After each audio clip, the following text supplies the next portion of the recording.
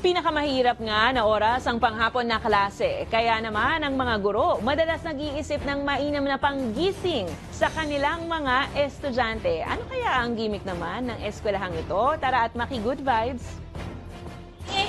Ako'y buhay, hindi patay, nakikibakaw! Ako'y buhay, hindi patay, nakikibakaw! Ako'y buhay, hindi patay, ako'y buhay, hindi patay, ako'y buhay, hindi patay, nakikibakaw!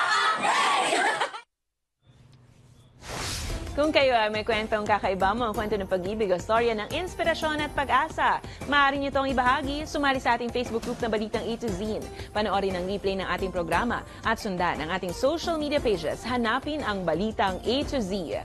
Ang ating pabaong quote of the night ay mula sa UK politician na si Douglas Alexander. Ayon kay Alexander, mahalagang matuto sa mga tamang pangaral ng nakaraan.